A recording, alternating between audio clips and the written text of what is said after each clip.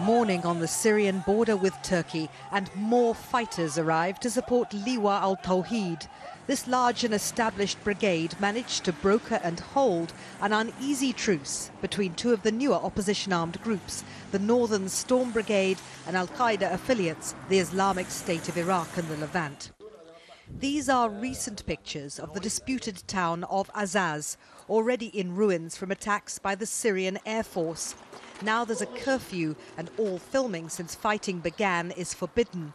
At least 7 people have been killed and the Islamic State of Iraq and the Levant is holding many hostages.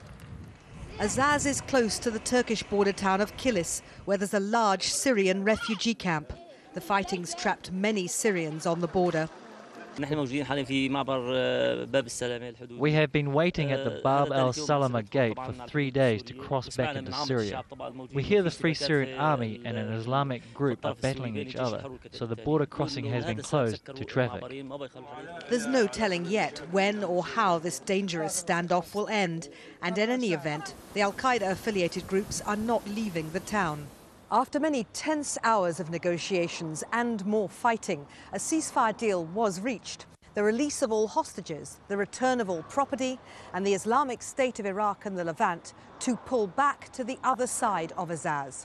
But so far, these conditions have at best only been partially met. Little on the ground has changed, and both sides have been reinforced by more fighters and more weapons.